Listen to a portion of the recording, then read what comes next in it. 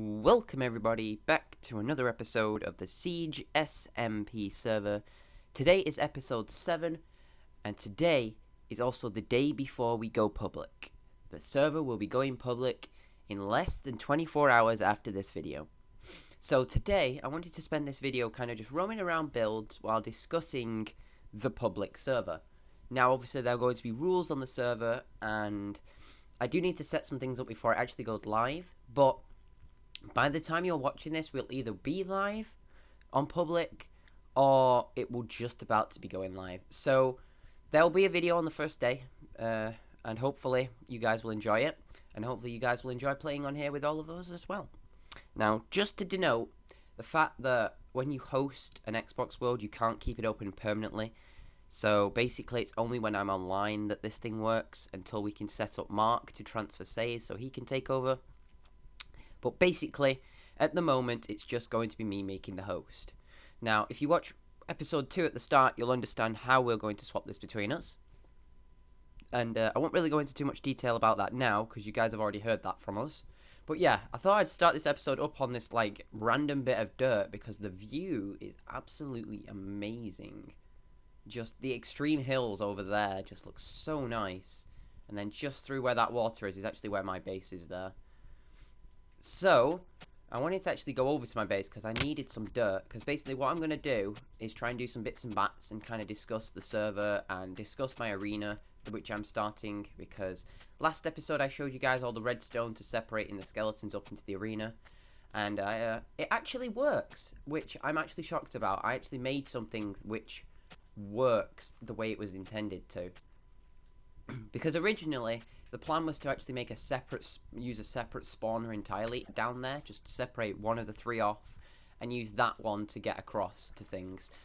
But actually, as the way it turned out to be, it was a hell of a lot easier just to do what we did with it. And actually it doesn't even need the ice in it anymore, because of how the water mechanics have changed in it, how I developed it as we went along. So I need to get rid of all my trees on this tree farm, because I'm going to need a hell of a lot of wood for the project. Now the arena, I'm not sure if any of you might even remember this, but it'd be 2 years ago to the day. Basically, we built an arena on our original series. The arena never got finished by the look of it in the episodes, but it did get finished afterwards. So I do have a final copy of that arena, which I can reference. I wanted to make it much better and a little bit bigger and a bit more functional as well. Now, the only downside to that is I'm going to require a ridiculous amount of obsidian. And speaking of obsidian, that's going to be a pain to get. Now, the arena last time was 50 blocks in diameter, so you can imagine how much I'm going to need. So basically, any help with obsidian from anybody will really help, but I have a plan to get most of it down. I think the way I'm going to get most of it is I'm going to go into the nether and just get some lava buckets. Just go down to one of the lakes and just set a portal up there, and then just get the lava through it that way. But yeah, hopefully that should set up the obsidian floor. This is basically when we spawn creepers in it. That's the only reason I made the floor obsidian, so that creepers can't accidentally blow it up if they spawn in the thing itself. It's mainly based for skeletons, and it's going to be a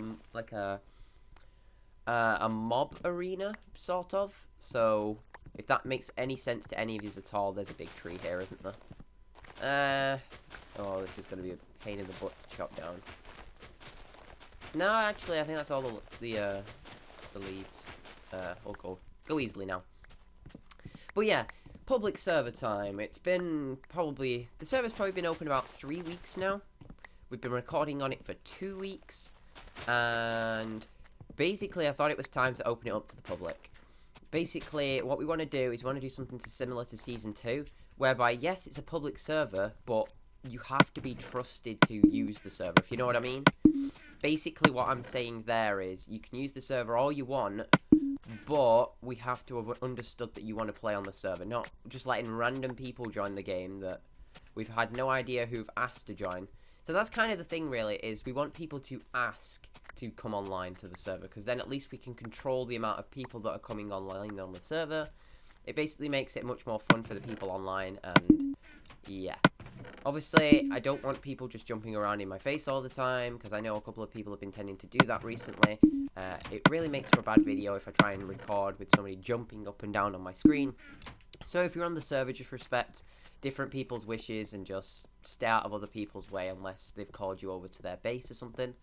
But yeah, so there are lots of projects that I need to be getting on with, and actually I need to grab some slime balls. And let's put them... I'm running out of chests again. I need some more chests. Let's get another 2 double chests. That should be enough, shouldn't it? Let's just keep letting these despawn. I need the spruce wood for the build. Birch wood's a bit meh. That's 2. That's, wait. 1, 2, 3, 4. 1, 2, 3, 4. There we go. Because hopefully in this second chest, one will have like dirt and stuff in, and one will have just like bits and bats. But yeah, basically on season 2 of Siege, we made the server public for a little while. Oh, I've just had 2 chests in my inventory already. But basically, we made the server public for a little while to test it, and basically what happened was we found that we needed a spawn trap to prevent people from joining the world we didn't want to. So basically how we did that was we found where our spawn chunk was, and we basically just blocked it, if you know what I mean. Like, they don't belong in there. What we did was we built like an iron golem. Well, originally it wasn't an iron golem farm, it was just a spawn trap. Basically, it was a spawning platform in the sky where the spawn point was, so players would spawn up there, and basically they couldn't get down without either being teleported down or being given an ender pearl. Now, season 2 was fully survival mode. So basically there wasn't any teleporting, like I've just said. I'm getting my things mixed up here. But basically, that's what happened. We kind of trusted people to come down on their own accord if they were trustworthy. And I need to take a trip over to Kaylee's farm to get myself some more food, because I'm all but out of potatoes. So I guess we'll head over there.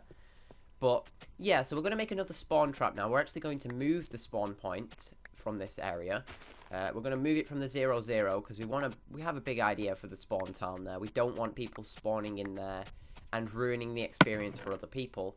This is birch, spruce, and oak. Okay, so basically we're going to find a neat little location on the map to put the new spawn point. Hopefully it won't be too far away. That's another bit of food. I can take that. And we'll place it in the sky with a nice, obviously, pattern around it, because we don't want to just make something that's ugly.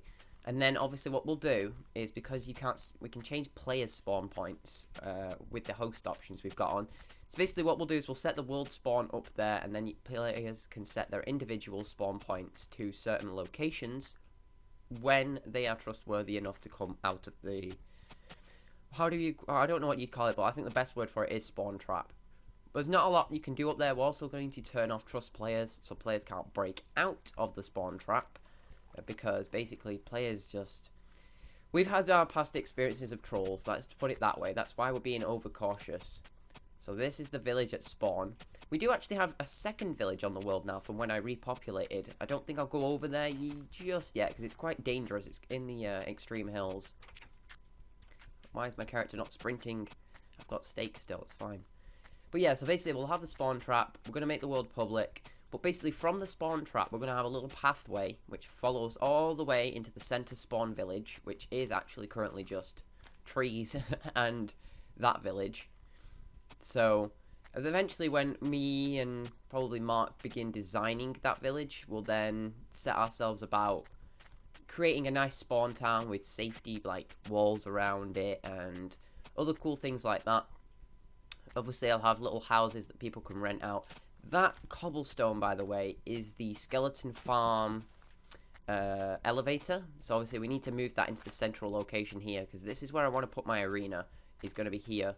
Now, it looks like there is a really cool type of arena I could do here, but I feel like what I want to do is just flatten it out to a certain height, and then see what we can work with from there.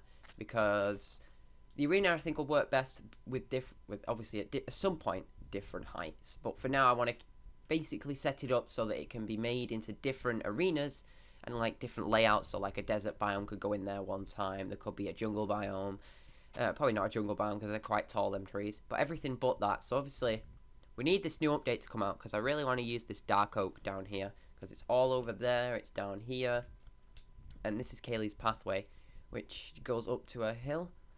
So we're going to go and grab some potatoes. I know she was up there yesterday when we were recording with her.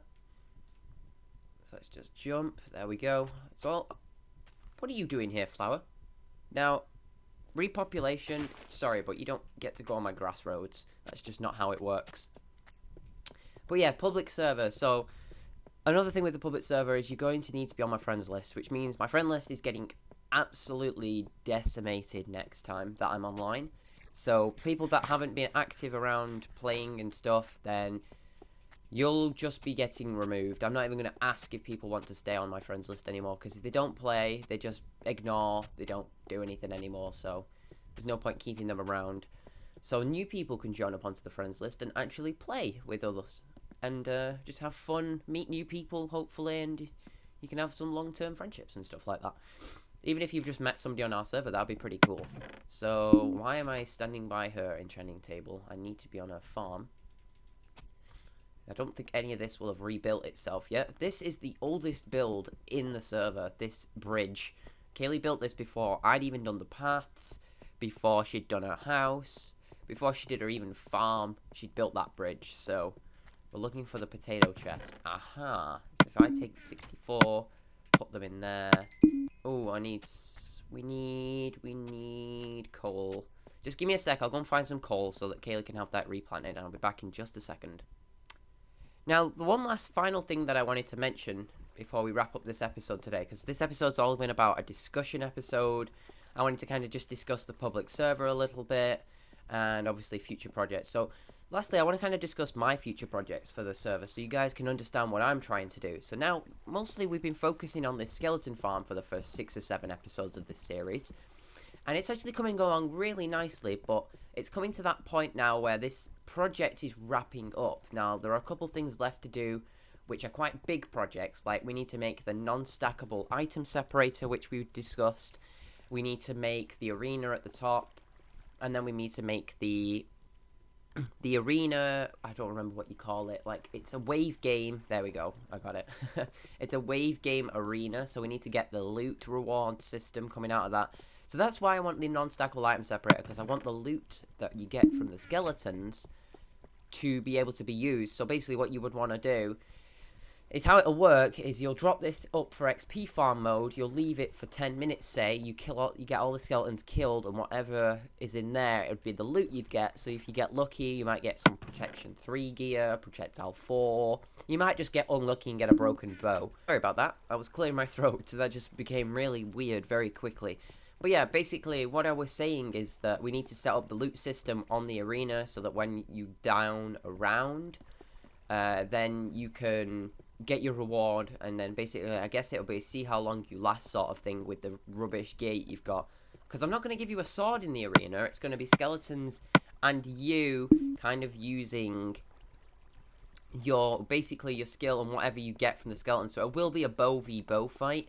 I may give you a broken sword as part of the loot, like it'll be really, really, really damaged, so that you can't really utilize it too much, because giving you a sword against the skeletons would kind of just, you'd ruin the fun. I wanted to make it more of a run away, punch a couple skeletons, keep moving sort of game. I may give you a sword at the start, and then obviously the other loot reward type of system is going to be with like gold nuggets. You basically get a certain amount of them fire up at the start of each round, so there'll be a dispenser in the middle of the arena, which just shoots up like 4 gold nuggets or something, and then there'll be different places you can go and get stuff. Might not make it gold nuggets, it might be sand, because that might be the easiest thing to do, because the easiest thing you could do is set up a hopper with a pressure plate on it, and then once something hits the pressure plate, the hopper obviously picks up the sand, turns the pressure plate back off again, and then you get your reward by dropping the sand down onto the pressure plate. So that's obviously another way we could do that. Now, obviously, the last thing I need to do here is the ice is no longer required in this. So if we come up with a design for this place, I feel like an ice-cold feeling down here would be a pretty cool design. But the problem is we've got lights on the wall, so we can't really use ice too much. We could probably use it completely underneath all the water to make the skeletons move quicker for the arena. So I guess I'll do that for next episode, and I'll show you what it looks like with all the ice down there, because the ice won't melt underneath the water, and it'll make the skeletons flow quicker over to here as well. So obviously the one last thing we need to do is just wrap up the episode here. So obviously what we've discussed today has been mostly the public server, and then obviously the Skeleton Farm project being wrapped up towards the end. So I hope you've all enjoyed, and I'll just do a quick recap here. So obviously public server in the next couple day or so. Basically we're going to have a spawn trap. We want people to just be able to have fun, not really get around in people's faces, but kind of just make friends, have a fun on the server, make cool builds that we can all roam around and have fun as a group on. And then obviously we've got my Skeleton Farm project here, which is wrapping up to a close. We're going to put some ice down here. We're going to make the arena at the top at some point, and then we've got the non-stackable item separator to go here. But yeah, I think that's everything that I've discussed this episode. If you've got any feedback or ideas for public server, how to prevent people from being trolly and stuff, obviously we can just easily just not save, but that ruins a lot of people's time if the trolls start to come around. So obviously we can block people. We know if people start messing about, we know gamer tags, we can easily just take them away, their privileges. It's not hard to do that. Like we said, that's the final thing actually, is trust players will be off, so you will have to ask for permission to leave the trap and come down and have fun.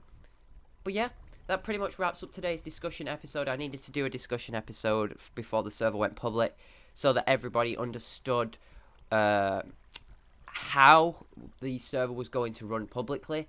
I guess maybe another video later on down the line about how to join the server, so a completely separate video so that people can fully understand. But basically this has been my episode on the server itself, discussing how people can join the server. I've kind of passed over it very gently how you join, but obviously it's really not difficult to join an Xbox World when you're on somebody's friends list.